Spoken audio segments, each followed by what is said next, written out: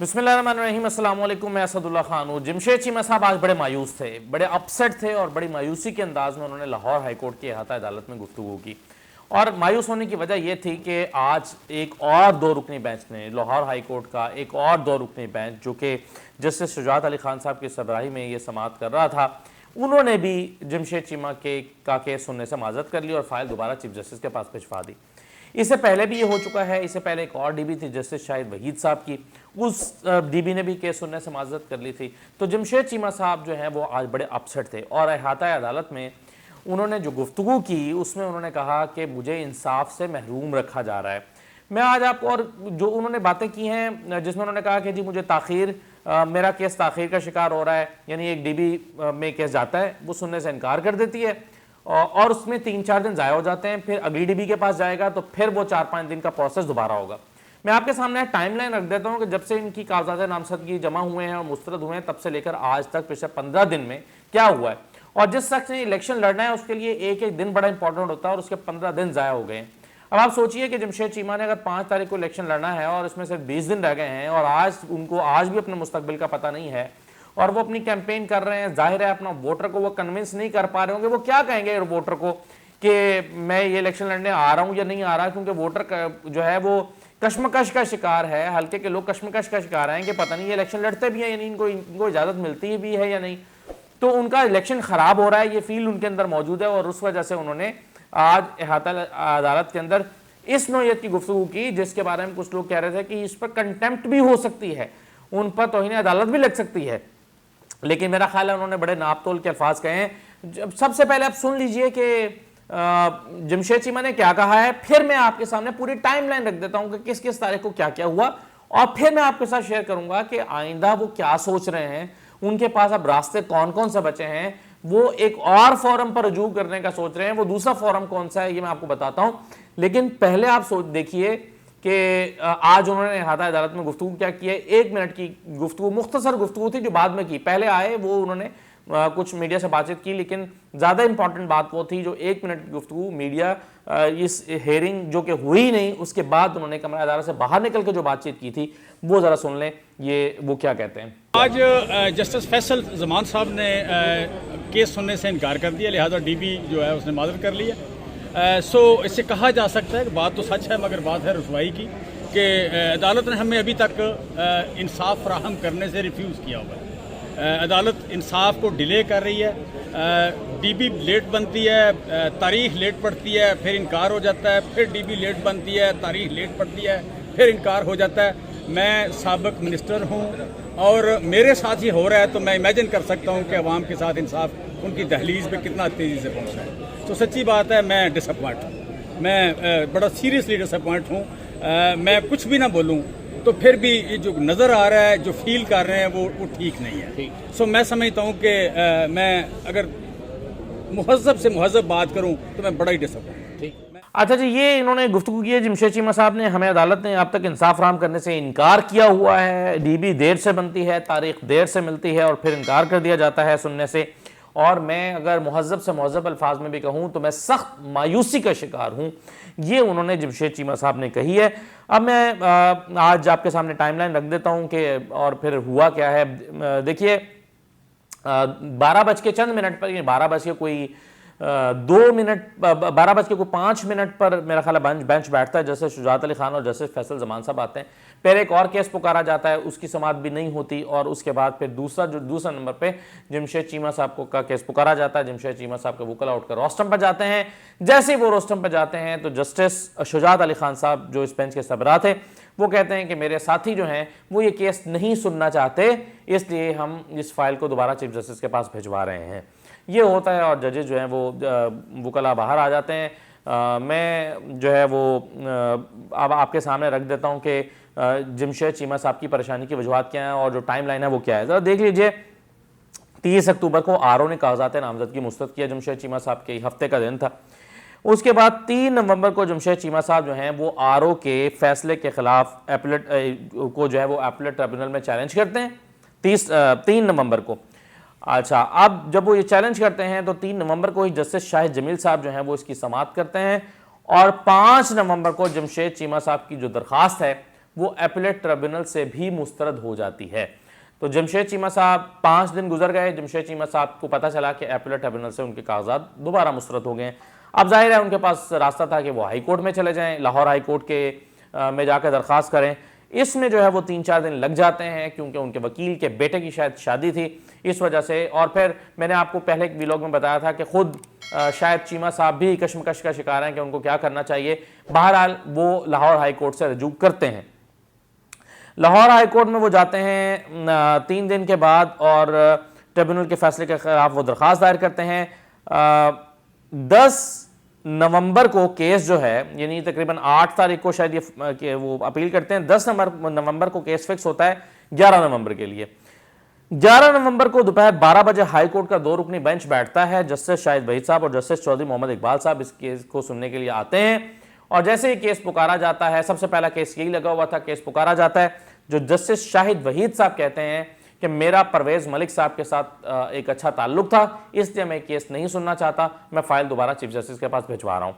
ये जस्टिस शाहिद वहीद साहब ने कहा था। और आपको याद होगा मैंने उस दिन इससे पहले जो एपीलेट ट्रिब्यूनल में गया था, जिसको एक रुकनी यानी जस्टिस शाहिद जमील साहब ने समाअत की थी, तो उन्होंने भी समाअत करने से पहले कहा था कि मेरा परवेज मलिक के साथ अच्छा ताल्लुक था, आप चाहते हैं कि फिर भी मैं समाअत करूं तो मैं कर लेता हूं। तो उस पर जमशेद चीमा और उनके वकला ने कहा था बिल्कुल हमें एतमाद है, आप समाअत कीजिए।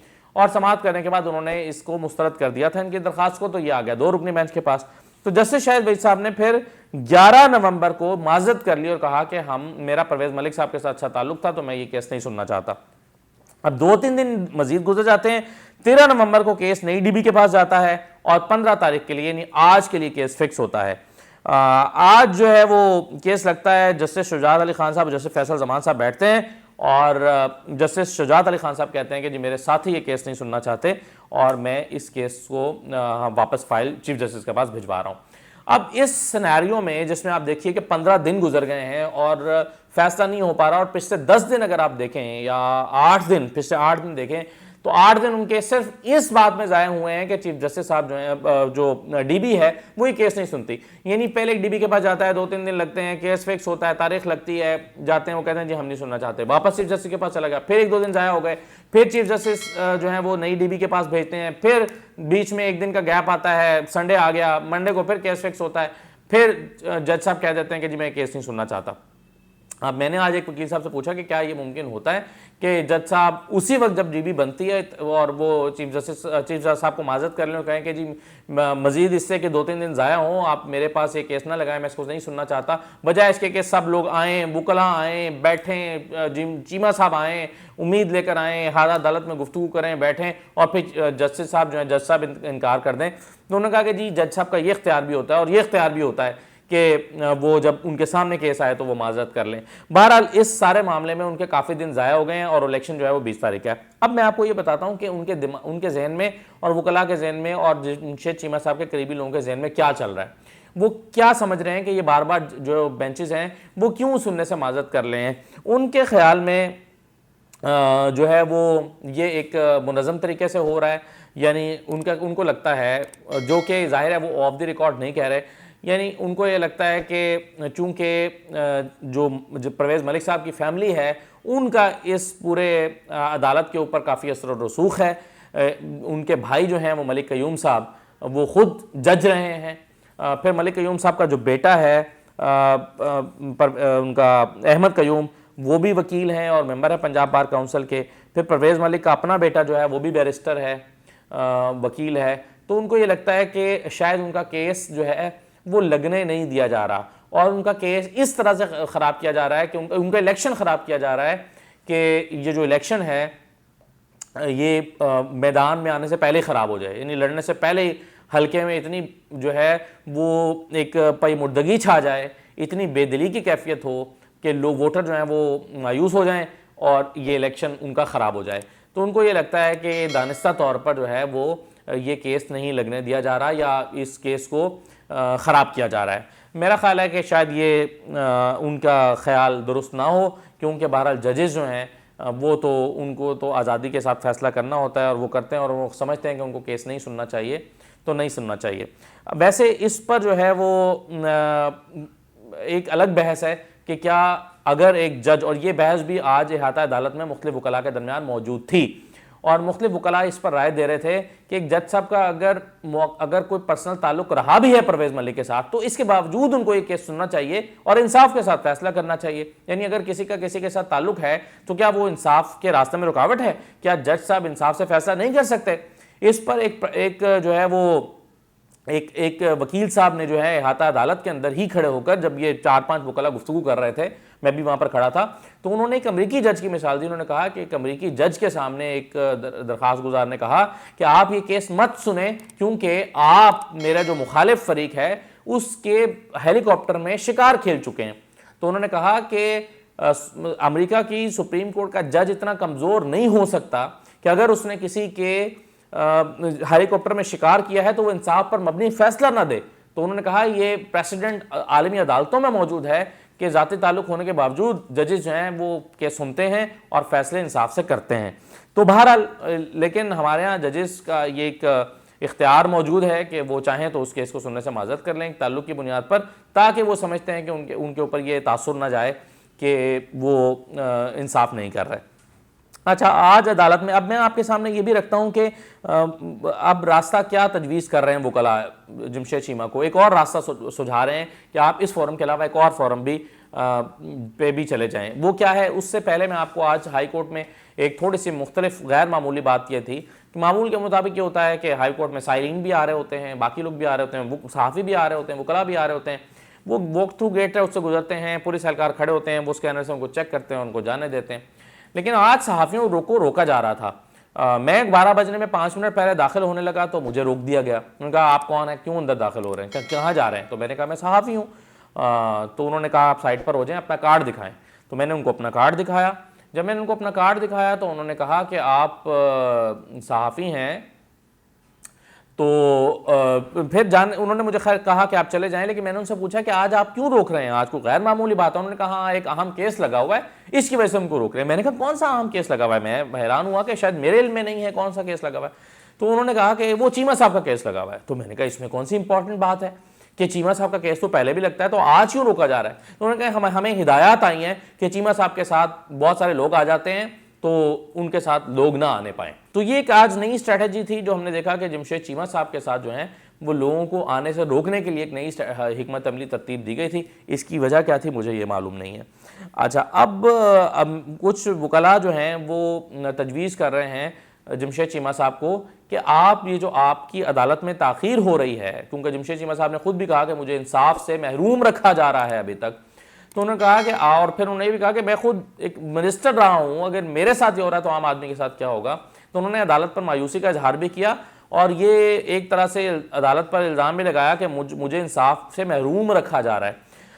तो इसकी बुनियाद पर वकला उनको तजवीज़ कर रहे हैं कि उनको इलेक्शन कमीशन के पास ये दरख्वास्त लेकर जाना चाहिए, क्योंकि अदालत में मुझे इंसाफ नहीं मिल रहा और मेरा केस ताख़ीर का शिकार हो रहा है और मेरा इलेक्शन इसकी वजह से डिस्टर्ब हो गया है, मुझे लेवल प्लेइंग फील्ड नहीं मिल रहा, मैं अपने इलेक्शन में जो है वो पूरी तरह से तैयारी के साथ कैंपेन नहीं कर पा रहा, तो इस इलेक्शन को पोस्टपोन कर दिया जाए।